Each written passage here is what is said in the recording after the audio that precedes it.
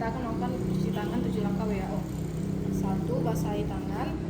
2, 3, 4, 5, 6, 7. Kemudian cuci sampai bersih. Terus kita ke pasien. Kita sapa. Selamat pagi. Selamat pagi, Pak. Pagi. Saya Ngomong. Dr. Jovita yang bertugas di klinik pada saat ini. Nama Bapak siapa? Pak Sumanto. Pak Sumanto. Oke, baik, Pak Sumanto, kita akan melakukan pemeriksaan fisik respirasi. Mungkin pada pemeriksaan kali ini akan terasa sedikit tidak nyaman dan Bapak harus membuka baju.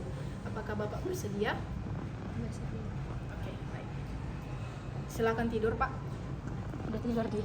Pertama, kita akan menilai kesadaran pasien, inspeksi kesadaran pasien. Apakah pasien terlihat sadar? Kemudian apakah pasien menggunakan otot bantu pernapasan? Kemudian apakah pasien menggunakan alat bantu pernapasan seperti oksigen, inhaler, nebulizer?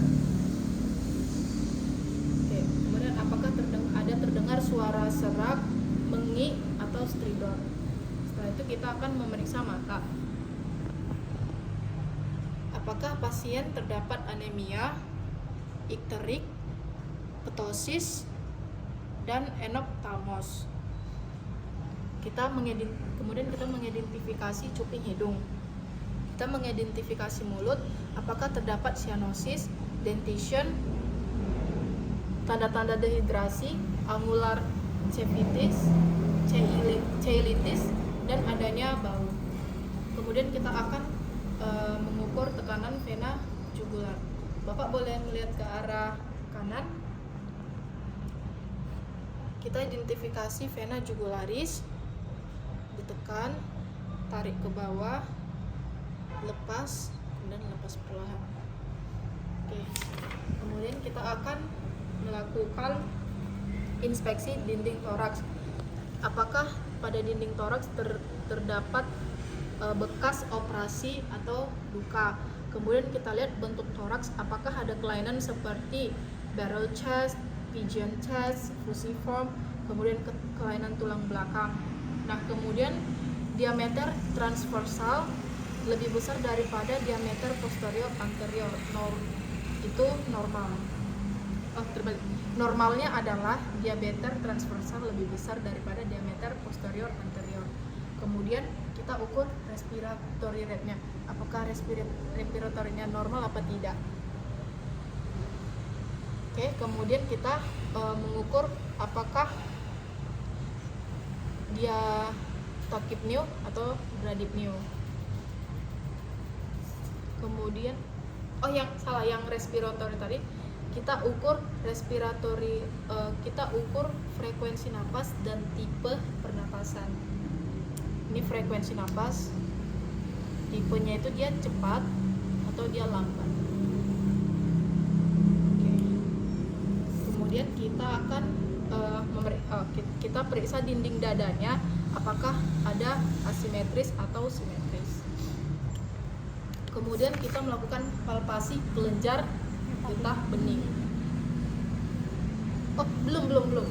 Ini kan inspeksi toraks, kita inspeksi ekstremitas atas dan bawah. Nah, kita lihat apakah ada bekas luka, bekas operasi, kemudian suhunya itu dingin atau panas. Kemudian kita lihat apakah terdapat clubbing finger dan cyanosis. Kemudian kita periksa denyut nadi, normal apa tidak normal. Kemudian kita periksa capillary refilling time, kukunya kita pencet baru kita lepas. Apakah dia kembali merah? Normalnya itu 1,5 sampai 2 detik. Kemudian kita periksa apakah terdapat odem. Kemudian kita ke ekstremitas bawah untuk memeriksa apakah terdapat odem pada kaki. Kemudian kita akan palpasi kelenjar getah bening, mulai dari subauricularis, submental, submandibular, anterior trigonum, superior clavicularis, posterior trigonum, posterior auricularis, occipital. Kemudian kita akan melakukan pemeriksaan trakea.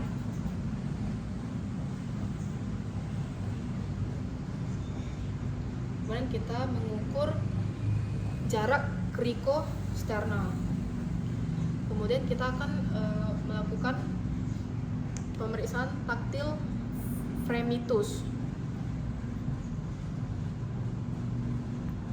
77. 77.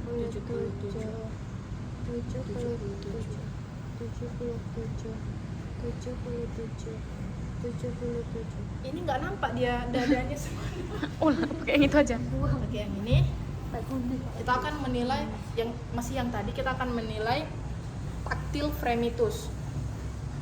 Ini dada, ini kan rongga dada. Nah, itu ibaratnya kita bagi 3. Bagian 1, 2, 3. Oke. Jadi yang bagian pertama 77, bagian 2 77, bagian 3 77. Kemudian kita akan menilai ekspansi dinding toraks. Tarik napas, buang, tarik napas, buang. Oke. Kemudian kita akan melakukan perkusi. Kita akan melakukan perkusi pada kedua sisi toraks.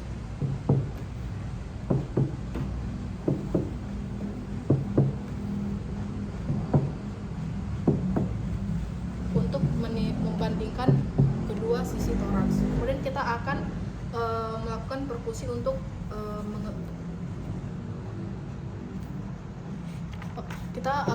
untuk menentukan batas paru dengan hepar.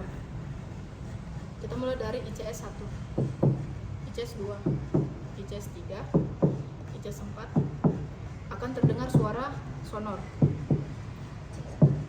Pada ICS 6 terdapat perubahan suara dari sonor ke redup yang menandakan batas antara paru dan hepar hati. Kemudian kita auskultasi. Skip dulu apa?